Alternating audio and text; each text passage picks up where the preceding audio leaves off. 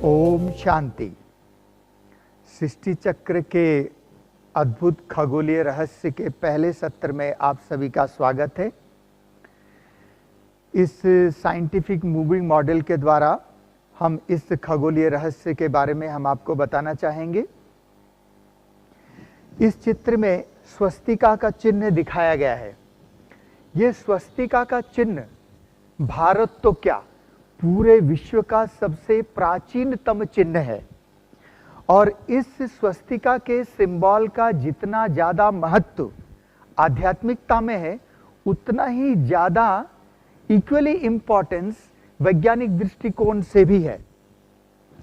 तो इस स्वस्तिका के वैज्ञानिक अर्थ, इसका वैज्ञानिक महत्व क्या है, वो हम इस साइंटिफिक मूविंग मॉडल के द्वारा हम आपको बताएंगे। तो देखिए, हमारे इस सृष्टि पर निरंतर 3 प्रकार की घटनाएं घट रही है। एक है ऐतिहासिक घटनाएं, दूसरा है भौगोलिक घटनाएं एवं तीसरा है खगोलीय घटनाएं। और इन तीनों घटनाओं के घटने के पीछे जो इसका मूल कारण है, वो है इस साकार मनुष्य लोक की 3 विशेषताएं। उसमें सबसे पहली विशेषता है लाइट। बीच में जो लाइट जलती हुई दिखाई दे रही है, ये सूर्य को सिंबलाइज कर रहा है। ये सूर्य दिखाया गया है। चूंकि दुनिया में सूर्य का प्रकाश है, इसलिए दुनिया दृश्यमान है। अब दूसरी विशेषता है साउंड। चूंकि दुनिया में आवाज है, इसलिए हम एक दूसरे को बोल सकते हैं, सुन सकते हैं, अपने विचारों को व्यक्त कर सकते हैं। और इस सृष्टि की तीसरी विशेषता है गति। चूंकि दुनिया में गति है, इसलिए ये दुनिया परिवर्तनशील है। अगर दुनिया में गति ना हो तो परिवर्तन भी ना हो, परंतु हम अनुभव करते हैं कि सृष्टि निरंतर परिवर्तनशील है, क्योंकि यहाँ गति है। दूसरी बात मैं विशेष आपको ये भी बताना चाहूंगा कि light is the responsible factor for geographical changes. क्योंकि सूर्य की रोशनी के कारण दिन और रात होते हैं और सूर्य की गर्मी के कारण मौसम बदलते हैं, तो भौगोलिक परिवर्तन का कारण सूर्य की रोशनी एवं गर्मी हो गई। Sound is the responsible factor for historical changes. हमारे ऐतिहासिक घटनाओं में निरंतर परिवर्तन आवाज के कारण आता है, क्योंकि हमारे शब्दों से ही इतिहास का निर्माण होता है। और motion is the responsible factor for astronomical changes. अब ये मॉडल विशेष करके गति के ऊपर फोकस किया हुआ है। यहां पर 3 प्रकार की गति दिखाई गई है। 3 प्रकार की गति आत्माओं की भी होती है और 3 प्रकार की गति पृथ्वी की भी होती है। आत्माओं की 3 गति को चित्र में स्पष्ट किया गया है एवं पृथ्वी की 3 गति को इस मूविंग मॉडल में। इस स्वस्तिका के चिन्ह का जो दायां भाग है, राइट हैंड साइड है, जहां सतयुग त्रेतायुग लिखा हुआ है, ये इस सृष्टि चक्र का पॉजिटिव साइकिल है। क्योंकि ये जो डायरेक्शन है लेफ्ट टू राइट, माना इन दोनों युगों में जो कुछ भी घटनाएं घटित होती है, वो सब राइट डायरेक्शन, राइटियस डायरेक्शन में होता है। इसलिए इस दाएं भाग को पॉजिटिव साइकिल कहा जाता है। और इसी पॉजिटिव साइकिल के दौरान हम आत्माओं की सद्गति होती है। सद्गति, सतो प्रधान स्थिति। तो जब गलत कुछ यहाँ होता ही नहीं है, तो यहाँ दुख तो होगा ही नहीं, इसीलिए यहाँ सुख ही सुख होता है। और इसीलिए आध्यात्मिक भाषा में इस पॉजिटिव साइकिल को स्वर्ग, हेवन, पैराडाइज कहा जाता है, जिसका वर्णन किसी न किसी धर्म में अनेकानेक रूप में किसी न किसी रूप से वर्णन किया हुआ है।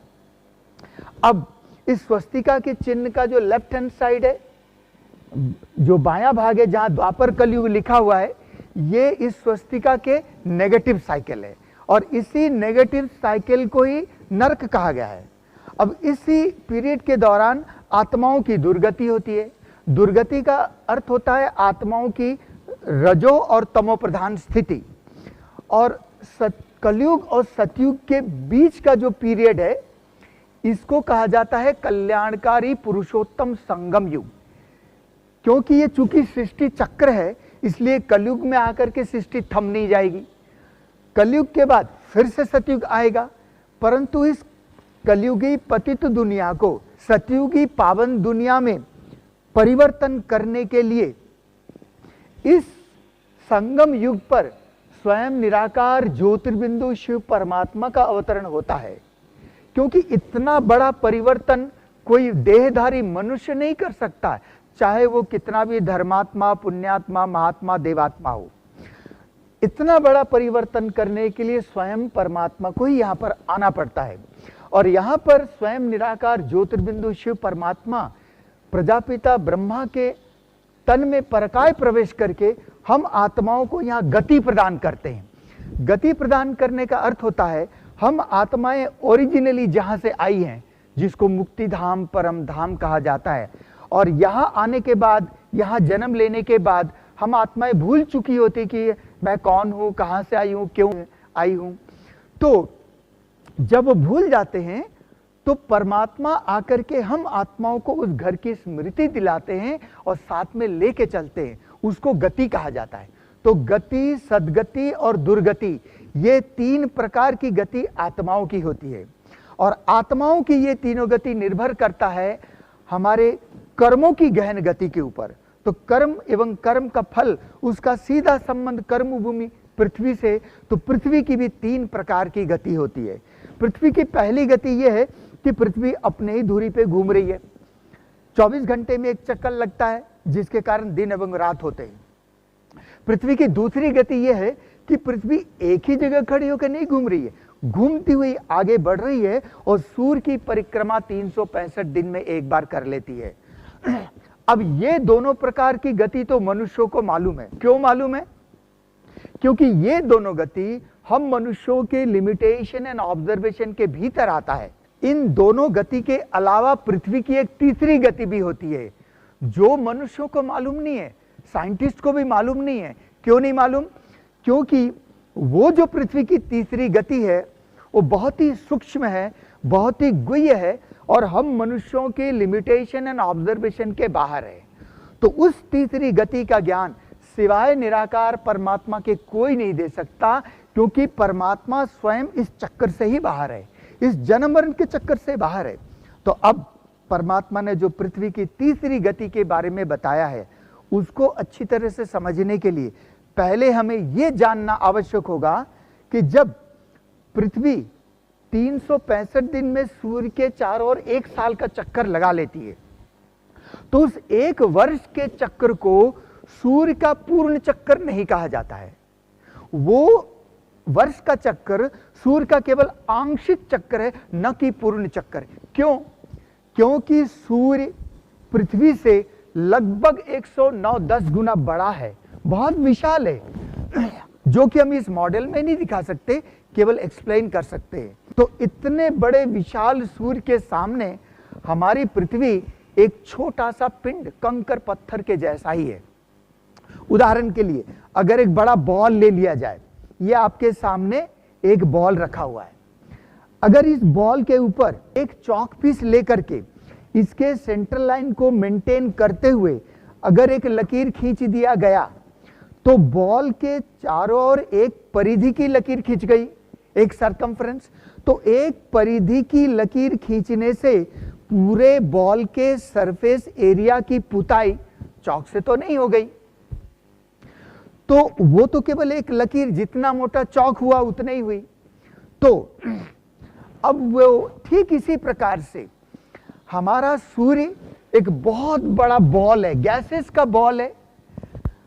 अब देखिए, और पृथ्वी उसी चौक पीस के जैसा है। तो चौक पीस जैसी छोटी पृथ्वी इतने बड़े विशाल सूर्य का एक वर्ष का चक्कर जब लगाती है, तो एक वर्ष में छोटी सी पृथ्वी इतने बड़े विशाल सूर्य का केवल एक परिधि का ही तो चक्कर लगा पा रही है। तो एक वर्ष के चक्कर से पृथ्वी इतने बड़े विशाल सूर्य का पूरा स्फेरिकल सरफेस एरिया कवर नहीं कर पा रही है। इसीलिए वो एक वर्ष का चक्कर सूर्य का केवल आंशिक चक्कर ही है, न कि पूर्ण चक्कर। अब ये पूर्ण चक्कर कैसे होगा? तो संपूर्ण चक्कर होने के लिए ये जो ऑर्बिट आप देख रहे हैं, ये भी धीरे धीरे शिफ्ट होता है, ये भी धीरे धीरे घूमता है, ये भी धीरे धीरे खिसकता है। यही पृथ्वी की तीसरी गति है। क्योंकि देखिए गति के लिए दो चीज की आवश्यकता है, एक स्पेस, दूसरा टाइम।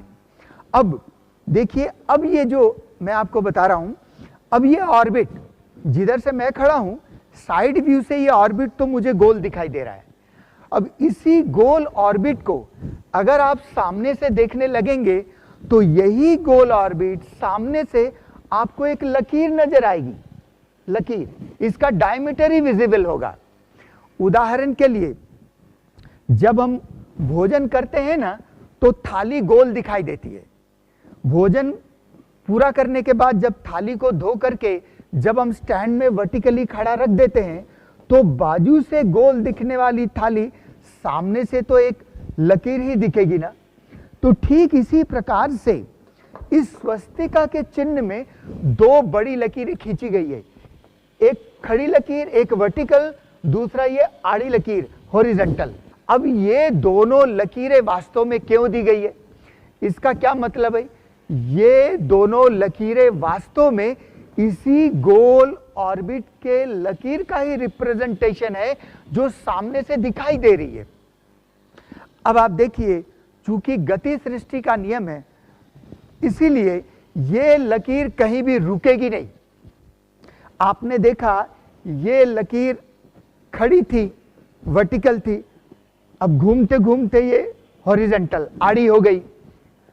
अब ये लकीर फिर घूमते घूमते फिर खड़ी हो जाएगी, परंतु इस हॉरिजॉन्टल आड़ी लकीर को खड़ी हो जाने के लिए 1250 वर्ष लग जाते हैं। इसका मतलब यह हुआ, हमारी पृथ्वी इतने बड़े विशाल सूर्य का केवल 90 डिग्री अंश, माना उसका 1/4 क्वार्टर साइकिल सरफेस एरिया पूरा करने में ही पृथ्वी को 1250 वर्ष लग जाते हैं। तो नेचुरली पूरे 360 डिग्री का सूर्य का पूरा surface area, spherical surface area पूर्ण करने के लिए उसको 5000 वर्ष लग जाएंगे। तो यही सबसे बड़ा चक्कर है, इससे बड़ा कोई चक्कर नहीं होता है, और इसी को कहा जाता है कल्प का चक्कर, है ना। जैसे 24 घंटे के चक्कर को दिन रात का चक्कर कहा गया, 365 दिन के चक्कर को साल का चक्कर कहा गया, या ऋतु चक्कर भी कहते हैं। ठीक इसी प्रकार से ये ऑर्बिट भी धीरे धीरे खिसकते खिसकते 5000 वर्ष में सूर्य का पूरा एक संपूर्ण चक्कर पूरा करती है, तो उसको कहते हैं एक कल्प पूरा हुआ। अब आप देखिए, इस स्वस्तिका के चिन्ह में इन दोनों बड़ी लकीरों के अलावा 4 छोटी लकीरें भी खींची गई है। इसका क्या मतलब है? ये वास्तव में हमारे पृथ्वी के नॉर्थ पोल के डायरेक्शन को इंडिकेट करता है। अभी देखिए, इस मॉडल के अनुसार अब ये पृथ्वी का ये इधर नॉर्थ पोल है और इधर नीचे साउथ पोल है। हमने यहाँ पर 2 जगह नॉर्थ पोल दिखाया है, इधर और उधर। क्यों दिखाया है? जब पृथ्वी दूसरे छोर तक पहुंचेगी तो भी नॉर्थ पोल ऊपर की दिशा में ही होगा, जब पृथ्वी इस छोर तक वापस आएगी तो भी नॉर्थ पोल ऊपर की दिशा में ही होगा। अब आप देखिए, अभी ये नॉर्थ पोल, वास्तव में नॉर्थ पोल बड़ा इंपॉर्टेंट है। अंडरस्टूड एंड साउथ पोल नीचे है, परंतु नॉर्थ पोल हमने इसलिए दिखाया है कि नॉर्थ पोल का बहुत बड़ा महत्व है। देखिए, नॉर्थ पोल हमारे पृथ्वी का सिर है, साउथ पोल हमारे पृथ्वी का पैर है।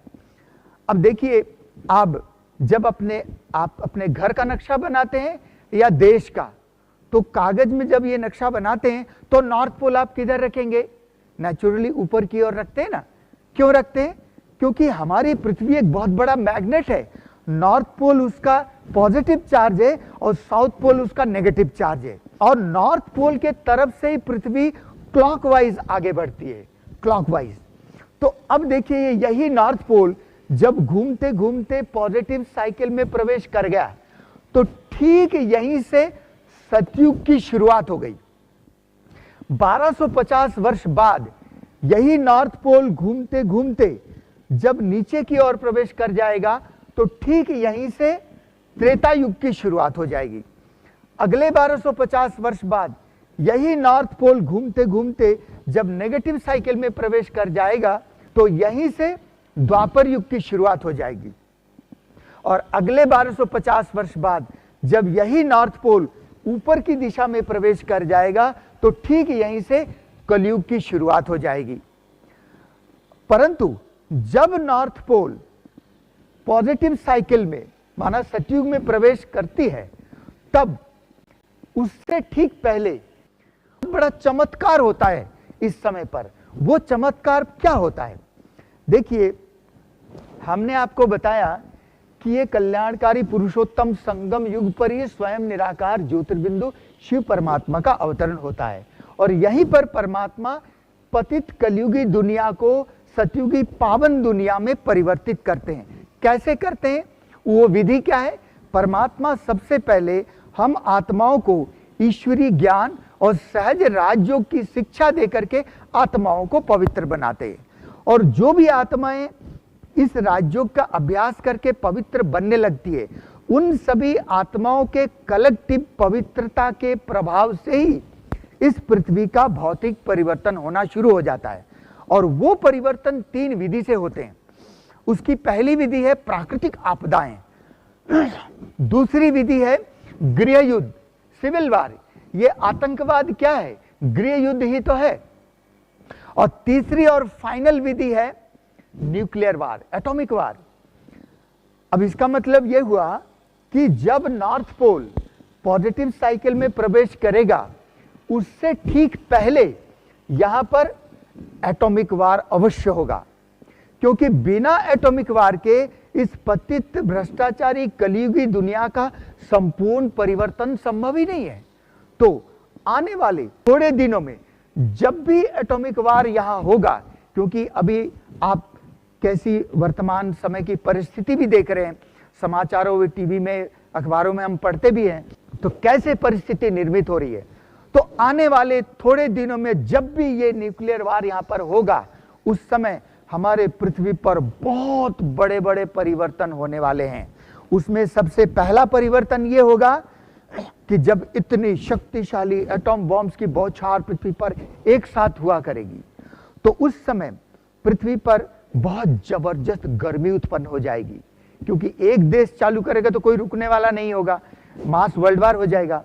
तो उस समय इतनी जबरदस्त गर्मी उत्पन्न होगी कि इन आंखों से जो कुछ भी दिखाई दे रहा है, सेकंड से भी कम समय में सब कुछ जल के पिघल के राख हो जाएगा।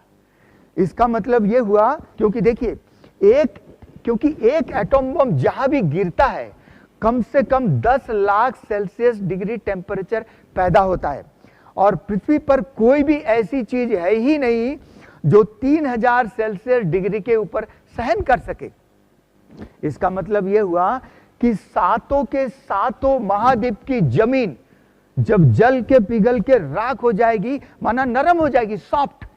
जब पूरी की पूरी जमीन नरम हो गई तो उस नरम जमीन को पृथ्वी का गुरुत्वाकर्षण शक्ति अपने अंदर खींचना शुरू कर देगा। माना सातों के सातों भूखंड की जो जमीन है वो पृथ्वी के कोर भूगर्भ केंद्र बिंदु की तरफ दौड़ेगी और वहीं इकट्ठी होकर के एक विशाल भूमि का रूप ले लेगी अंदर। इसका मतलब यह हुआ कि जितने भी देश अभी इस दुनिया में मौजूद है, सब के सब पानी के नीचे चला जाएगा। परंतु जो मैं चमत्कार की बात यहां कर रहा था वो यह होगा कि भारत की जमीन कभी भी पानी के नीचे नहीं जाएगा। ऐसा चमत्कार क्यों होगा? उसके 2 कारण हैं। पहला कारण है, भारत की भूमि पर स्वयं निराकार ज्योतिर्बिंदु शिव परमात्मा का अवतरण होता है, जो कि इन्फिनिटी पॉजिटिव एनर्जी है। तो परमात्मा के अवतरण से भारत की भूमि एनर्जी के सूक्ष्म वाइब्रेशन से रिचार्ज होना शुरू हो जाता है। कोई भी दूसरा देश अगर भारत देश के ऊपर एटॉम बॉम्ब से अटैक करना चाहेगा तो उसके नेगेटिव संकल्प को परमात्मा की पॉजिटिव एनर्जी की शक्ति उसको रोकेगा और उस देश को कोई ना कोई कारण नजर आएगा जिससे वो भारत पर एटॉम बॉम्ब से अटैक करने का प्रोग्राम पोस्टपोन करता रहेगा और भारत पर फाइनल अटैक करने से पहले या तो कोई तीसरा देश ही उस पर अटैक कर देगा या फिर कोई ऐसी प्राकृतिक आपदाएं ऐसी आ जाएगी जिससे उस देश का अस्तित्व ही समाप्त हो जाएगा। इसका मतलब यह हुआ, परमात्मा की शक्ति से ही भारत की भूमि बचती है। वरना भारत में भी अगर एटॉम बॉम्ब गिर गया तो भारत की जमीन भी नरम होकर के अंदर चली जाए, परंतु वो काम परमात्मा होने ही नहीं देता। और वैसे भी ये नियम है, इस दुनिया में एवरीथिंग इज साइक्लिक, हर चीज गोल है। हमारे हिंदी में शब्द बहुत अच्छे हैं, भूगोल, खगोल, एवरीथिंग इज साइक्लिक। तो जो भी संकल्प हम करते हैं अच्छा या बुरा, वही संकल्प कई गुना मल्टीप्लाई होकर के हमारे पास ही लौट के आती है। तो भारत देश कभी भी दूसरे देश पर अपने आप स्वतः अटैक करने का न तो संकल्प करता है न करेगा। सत्ता में कोई भी बैठा हो, परमात्मा की शक्ति काम करती है। अगर कोई दूसरा देश ऐसा संकल्प कर रहा होता है, माना वो अपनी मुसीबत खुद के लिए ही बुला रहा है। चलिए, परमात्मा ने भारत को एक बहुत बड़ा मेजर प्रॉब्लम से बचा दिया, परंतु भारत को छोड़ करके पूरे विश्व में जब इतने घमासान एटॉमिक वार होंगे, उससे पूरे विश्व के जलवायु में बड़ी तेज गति से परिवर्तन आएगा। और उसी के कारण जो प्राकृतिक आपदाएं हैं वो घड़ी घड़ी जल्दी जल्दी आएगी और हाई इंटेंसिटी में आएगी। उदाहरण के लिए, अभी कहीं भी भूकंप आता है तो 8.9 रिएक्टर स्केल से ज्यादा कहीं भी नहीं आता है, परंतु उस परिस्थिति के दौरान 10 से लेकर के 20 रिएक्टर स्केल तक भूकंप आया करेंगे। और उसके साथ साथ पृथ्वी के अंदर अंदर कहीं ना कहीं सैकड़ों ज्वालामुखी पक रही है। सारे के सारे ज्वालामुखी उस परिस्थिति में अंदर ही अंदर एक साथ फटना शुरू हो जाएगा, उसको बाहर आने का चांस ही नहीं मिलेगा।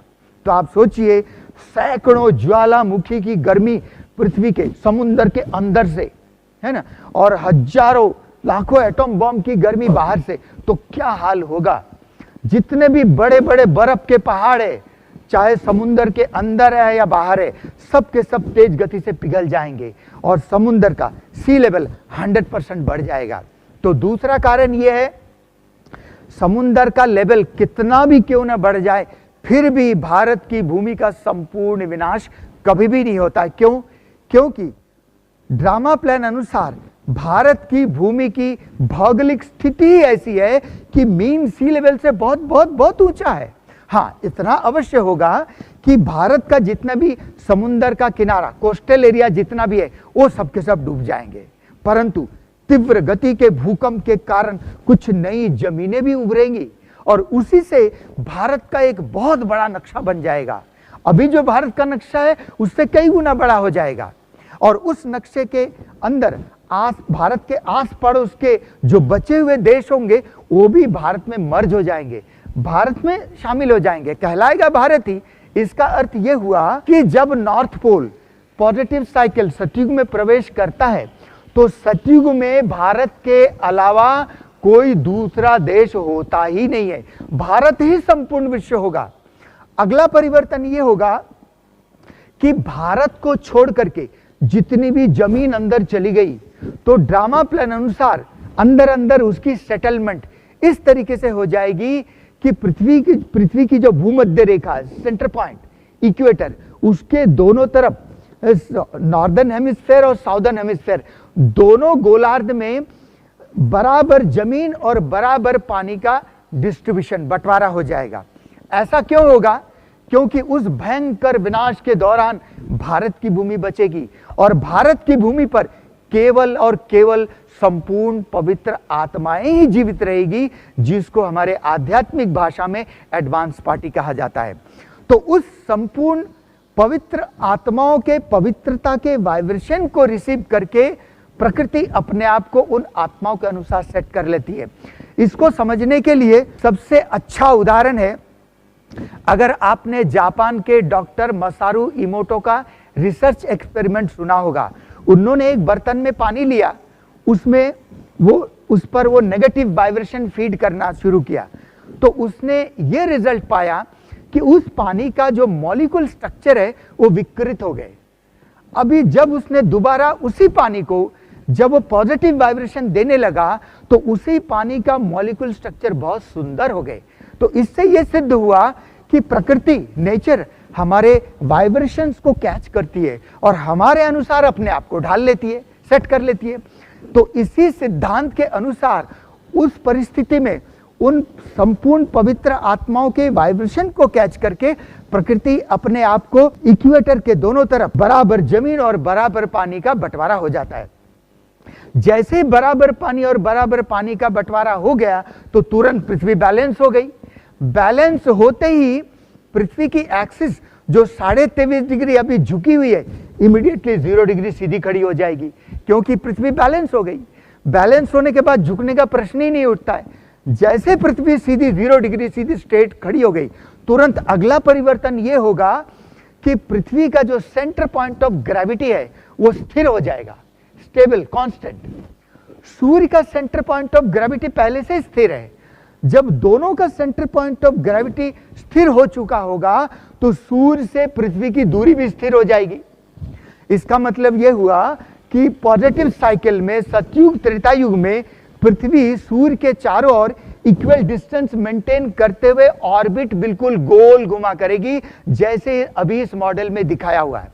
अब जैसे पृथ्वी की ऑर्बिट गोल घूमेगी तो तुरंत सूर्य की रोशनी और गर्मी पृथ्वी पर साल भर एक जैसी पड़ेगी। और यही कारण है सतयुग त्रेता युग में माना पॉजिटिव साइकिल में सदा बहार वसंत ऋतु ही साल भर होती है। यहां सर्दी गर्मी बारिश का अलग अलग मौसम होता ही नहीं है, सदा बसंत ऋतु। और इसका एक प्रमाण आज भी दुनिया में है। वो क्या है? अपने भक्ति मार्ग के मंदिरों में, चित्रों में, मूर्तियों में कभी कहीं नहीं देखा होगा कि श्री कृष्ण जी को, श्री राम जी को या अन्य देवी देवताओं को आपने कभी शॉल, स्वेटर, कोट, कंबल पहने देखा है? कभी नहीं देखा है ना। क्यों? क्योंकि यहां पर सदा बसंत ऋतु है, इसकी आवश्यकता ही नहीं है। अब अगला परिवर्तन यह होगा कि जैसे पृथ्वी सीधी खड़ी हो गई, तुरंत पृथ्वी के दोनों पोल में न जमीन होगी न बर्फ होगा, पानी ही पानी होगा। क्यों? क्योंकि एटॉमिक वार के फोर्स से पूरी जमीन अंदर चली गई और एटॉमिक वार के गर्मी से पूरा का पूरा बर्फ पिघल गया, तो पानी पानी होगा। अगला परिवर्तन यह होगा, आजकल जो दोनों पोल में 6 महीना दिन और 6 महीना रात हुआ करता है, उसका प्रश्न समाप्त, क्योंकि पृथ्वी सीधी खड़ी हो गई। सतयुग त्रेता युग में कर्क रेखा मकर रेखा होता ही नहीं है।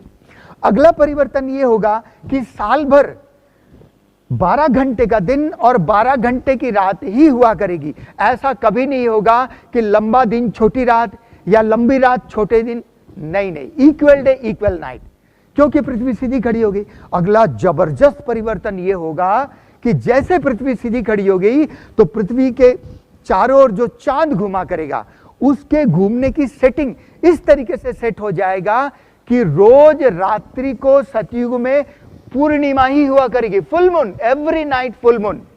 क्यों? क्योंकि आत्मा यहां पर 16 कलश संपूर्ण पवित्र है, तो प्रकृति भी संपूर्ण सुखदायी होती है।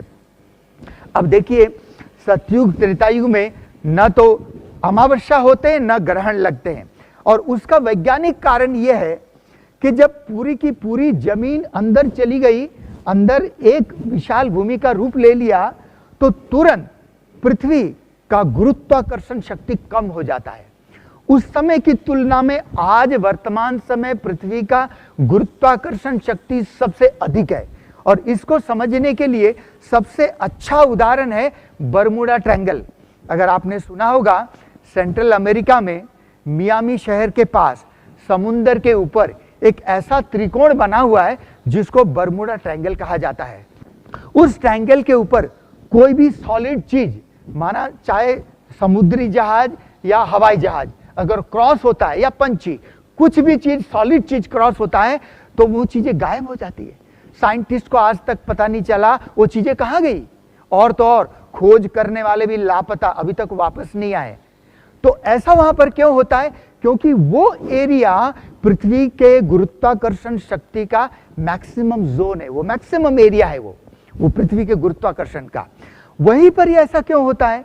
क्योंकि देखिए, पूरे पृथ्वी का सेंटर पॉइंट और बरमूडा ट्रायंगल का सरफेस एरिया, उसके रेडियस के बीच में काफी गहराई तक, मतलब सेंटर पॉइंट के काफी नजदीक तक केवल समुद्र का पानी ही पानी है, कोई सॉलिड चीज नहीं है। माना न जमीन है, न दलदल है, न बर्फ है, न तेल है, न गैस है, केवल और केवल समुद्र का पानी है। इसीलिए कोई भी सॉलिड चीज ऊपर से क्रॉस होता है तो पृथ्वी उसको अपने अंदर खींच लेती है। तो उसके विपरीत देखिए, जब सतयुग में पॉजिटिव साइकिल में जब पूरी की पूरी जमीन अंदर अंदर इकट्ठी हो गई, एक विशाल भूमि का रूप ले लिया, तो तुरंत पृथ्वी का गुरुत्वाकर्षण शक्ति कम हो जाती है। तो ऐसी स्थिति में क्या होता है कि जब गुरुत्वाकर्षण शक्ति कम हो गया तो चांद एक झटके से पीछे आ जाता है, और क्योंकि आकर्षण कम हो गया ना, और उस झटके के कारण चांद थोड़ी घूम जाती है। घूम के इस तरीके से सेट हो जाता है कि आजकल जो चांद का गड्ढा गड्ढा वो ब्लैक स्पॉट दिखाई देता है, वो सतयुग त्रेतायुग में वो गड्ढे गुड्ढे दिखाई नहीं देते। क्यों? क्योंकि घूम के इस प्रकार का सेट हो जाता है कि उसका प्लेन एरिया ही विजिबल होता है, और यही कारण है कि सतयुग त्रेतायुग में चांद ज्यादा रोशनी फेंकता है। अब देखिए, अब तो एक तो पृथ्वी का गुरुत्वाकर्षण शक्ति कम हो गया, और दूसरी चांद की दूरी बढ़ गई। तो इन दोनों कारणों से पृथ्वी के चारों ओर चांद की घूमने की स्पीड, गति इतनी धीमी हो जाती है कि जैसे कि चांद पूर्णिमा के स्थिति में ही रुक गई हो। रुकती नहीं है, पर उसकी स्पीड इतनी धीमी है कि रुकने के बराबर है। यही कारण है यहां पर रोज रात्रि को पूर्णिमा ही होती है। तो ये तो हुई सुख की दुनिया, आत्माओं से भी सुख और प्रकृति से भी सुख। अब यही नॉर्थ पोल पॉजिटिव साइकिल पूरा करके 2500 साल बाद जब फिर से ये नेगेटिव साइकिल में प्रवेश करता है, तो यहां पर भी एक नेगेटिव परिवर्तन आता है। वो कैसे आता है? हमने देखा कि सतयुग के शुरू में ही पूरी की पूरी जमीन अंदर अंदर वन पीस है, one piece of use land. तो उसी समय से पृथ्वी के भूगर्भ केंद्र बिंदु में गर्मी और गैस पकना शुरू हो जाता है। वो डेवलप होते होते होते त्रेता के अंत तक उसका प्रेशर और एरिया जबरदस्त बिल्डअप हो जाता है, परंतु वो गैस का प्रेशर और वो गर्मी का प्रेशर यहां पर निकल नहीं पाता। क्यों? क्योंकि उस जमीन की बाहरी जो परत है वो बहुत थिक, मोटी और स्ट्रांग होता है, वो उसके प्रेशर को रोक के रखता है। परंतु जैसे ही नॉर्थ पोल नेगेटिव साइकिल में प्रवेश करता है, तो आत्माओं के अंदर नेगेटिविटी प्रवेश हो जाते हैं, और आत्माओं के वो नेगेटिव वाइब्रेशंस सतो प्रधान पवित्र प्रकृति को सहन नहीं होता है। उदाहरण के लिए, अगर एक अमृत का कलश लिया जाए, उसमें एक बूंद भी अगर जहर पड़ गया तो पूरा का पूरा अमृत जहर बन जाता है। अगर पूरा तपेला दूध भरा हुआ है, एक बूंद भी नींबू का रस पड़ गया तो पूरा का पूरा दूध फट जाता है। ठीक इसी प्रकार से आत्माओं के नेगेटिव वाइब्रेशन सतो प्रधान प्रकृति में थोड़ी सी भी नेगेटिव वाइब्रेशन मिक्स होता है तो सतो प्रधान प्रकृति में एक बहुत बड़ा हलचल पैदा हो जाता है। और यही कारण है यहां पर सबसे पहला और सबसे बड़ा भूकंप आता है, और उस भूकंप से जमीनों में दरार पड़ने लगती है, और उन दरारों में से यहां पर जो गर्मी और गैस का प्रेशर बढ़ चुका था उसको निकलने का रास्ता मिल गया। जैसे ही रास्ता मिला, इतनी तेज गति से वो गैस का प्रेशर बाहर आता है कि एक भयंकर आंतरिक विस्फोट होता है, पूरी जमीन को फाड़ के बाहर आता है। उस आंतरिक विस्फोट के कारण वही एक जमीन अंदर जो एक पीस थी वो टुकड़े टुकड़े में बिखर के पृथ्वी में चारों समुद्र के सतह पर आकर के आ जाता है, और उसी से ही 7 महाद्वीप का फिर से निर्माण हो जाता है। और उसके पैरेलल में जो गर्मी का प्रेशर है वो ज्वालामुखी के रूप में निकलने लगते हैं, और उन ज्वालामुखियों के द्वारा ही बड़े बड़े पर्वत श्रृंखलाओं का निर्माण होता है, जैसे हिमालय, अरावली, विंध्याचल आदि आदि। सतयुग त्रेतायुग में इतने बड़े बड़े पहाड़ होते ही नहीं है, वो तो यहाँ पर आंतरिक विस्फोट से बने। अभी भी आप गौर करेंगे, हमारे पृथ्वी पर जितने भी मैक्सिमम देश है, कंट्रीज है, वो सब इक्वेटर के ऊपर है, नॉर्थ पोल के तरफ ही है। साउथ पोल के तरफ केवल न्यूजीलैंड, ऑस्ट्रेलिया, अमेरिका, अफ्रीका का थोड़ा थोड़ा भाग ही तो है, और जितने भी बड़े बड़े पहाड़ है वो भी नॉर्थ पोल के तरफ इक्वेटर के ऊपर ही है। इसका अर्थ ये हुआ कि उस भयंकर आंतरिक विस्फोट के दौरान पृथ्वी की मैक्सिमम जमीन, ज्यादा से ज्यादा जमीन नॉर्थ पोल की तरफ खिसक गई। खिसकते ही नॉर्थ पोल भारी हो गया, भारी होते ही पृथ्वी इम्बैलेंस हो गई, इम्बैलेंस होते ही पृथ्वी की एक्सिस जो सीधी खड़ी थी फिर से 23.5 डिग्री यहां पर झुक गई, क्योंकि इम्बैलेंस हो गई। अब जैसे पृथ्वी की एक्सिस 23.5 डिग्री झुक गई, तुरंत पृथ्वी का centre point of gravity disturb हो गया, क्योंकि जमीन एक पीस के बजाय टुकड़े टुकड़े में बट गए। जितने टुकड़े उतने अलग अलग केंद्र बिंदु बन गए, उसके सेंटर पॉइंट ऑफ ग्रेविटी अलग अलग हुई। Original centre point of gravity disturb हो गया। तो जैसे पृथ्वी का centre point of gravity disturb हो गया, तो तुरंत सूर्य से पृथ्वी की जो दूरी है वो घटने बढ़ने लगती है, वो शुरू हो जाता है। इसका मतलब ये हुआ कि ऑर्बिट जो सतयुग त्रेता युग में पॉजिटिव साइकिल में बिल्कुल गोल घुमा करती थी, द्वापर युग नेगेटिव साइकिल में प्रवेश करते ही वो ऑर्बिट एलिप्टिकल चपटा घूमना शुरू हुआ, और एलिप्टिकल घूमते ही अलग अलग मौसम बनना शुरू हो गया। तो यहां से लेकर के कलयुग के अंत तक पूरे नेगेटिव साइकिल के दौरान लगातार कहीं ना कहीं भूकंप ज्वालामुखी फटते रहते, क्योंकि नेगेटिव साइकिल है, पाप कर्मों की दुनिया है, संबंधित आत्माओं को उसका फल भोगना ही है। अब यही नॉर्थ पोल नेगेटिव साइकिल पूरा करके जब फिर से पॉजिटिव साइकिल में प्रवेश करेगा, तो यहां पर फिर से इस वर्ल्ड ऑर्डर की रीसेटिंग होगी। हमने देखा यहां पर आंतरिक विस्फोट से जमीन बिखर गई, तो रीसेटिंग के दौरान उन्हें बिखरी हुई जमीन को फिर से इकट्ठा होना है। वो कैसे होगा? उसके लिए चाहिए बाहरी ताकत, एक्सटर्नल फोर्स। वो कहां से आएगा? उसके लिए ठीक सही समय पर हमारे वैज्ञानिकों ने, साइंटिस्ट ने atom bomb, hydrogen bomb, nitrogen bomb, nuclear bombs आदि आदि बनाए हैं। और वो एक दो तो है ही नहीं, कितने देशों में आवश्यकता से अधिक है।